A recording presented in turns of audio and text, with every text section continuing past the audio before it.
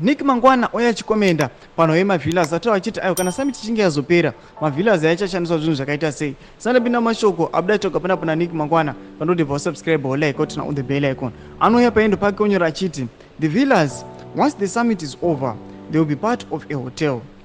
The conference center will also be part of the hotel. The hotel, the conference center and the villas, we have a golf course as part of the facilities. All these developments are supposed to motivate the development around the new city.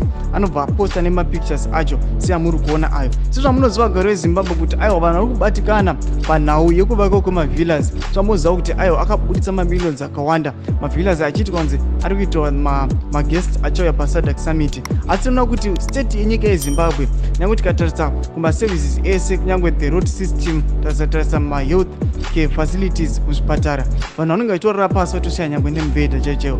Food aid munyika yeZimbabwe zvinhu zvinenge zvakatongodhakwa, but vanenge vachiona kuti kana pazouya zvinhu zvinenge zvichisapota ZANU-PF to power zvakaita seSADC Summit vari kuchipawo chairmanship, they try their best kuti vakwanise kufanda zvinhu izvi kuti zvionekwe zivi kunyika yeZimbabwe zvinhu zvakanaka. Potudzai mafungo enyu muri kudii pamusoro pemashoko anaitwa naNick Mangwana. Pinda comment section medu, subscribe, like, turn on the bell icon.